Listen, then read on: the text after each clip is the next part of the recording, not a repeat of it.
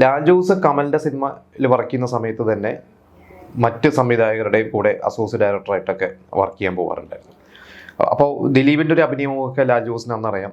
അങ്ങനെ കമൽ സാറിൻ്റെ അടുത്തൊക്കെ പറഞ്ഞ് അന്ന് ലാൽ ജോസ് തന്നെ ഒരിക്കൽ പറഞ്ഞിട്ടുണ്ട്, എന്നോട് ഇഷ്ടം കൂടാമോ എന്ന് പറയുന്നൊരു സിനിമ. അതിലാണ് ആദ്യമായിട്ട് ദിലീപ് മുഖം കാണിക്കുന്നത്. ശരിക്കും പറഞ്ഞാൽ നമ്മൾ ആ സിനിമ കാണുമ്പോൾ പറയാം, അതിൽ ആ ഒരു കോളേജിൽ ഒരു വില്ലൻ ക്യാരക്ടറുണ്ട്, ജെ ഡി ചക്രവർത്തിയാണ് ആ ക്യാരക്ടർ ചെയ്തത്.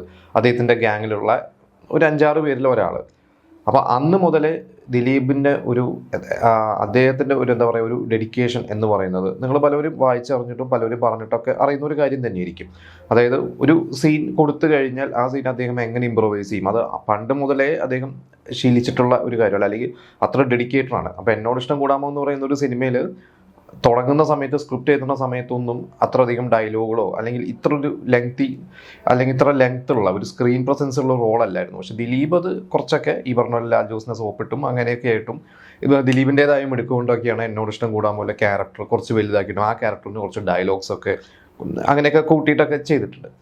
അങ്ങനെയാണ് ദിലീപ് ആദ്യമായിട്ട് സിനിമയിൽ വരുന്നത്. ആ സിനിമ അങ്ങനെ ഭയങ്കര ഹിറ്റൊന്നും അല്ലായിരുന്നു. പക്ഷേ ദിലീപിന് അന്ന് മിനി സ്ക്രീനിൽ ഈ കോമഡിയൊക്കെ ചെയ്യുന്ന മിമിക്രി കാസറ്റുകളിലൂടെയൊക്കെ ആളുകൾക്ക് ദിലീപിനെ അറിയാം. പക്ഷേ സിനിമയിലും കൂടി ഒന്ന് ദിലീപ് ഒന്ന് എന്താ പറയുക തുടക്കം കുറിക്കുന്നത് എന്നോട് ഇഷ്ടം കൂടാൻ പോലെയാണ്.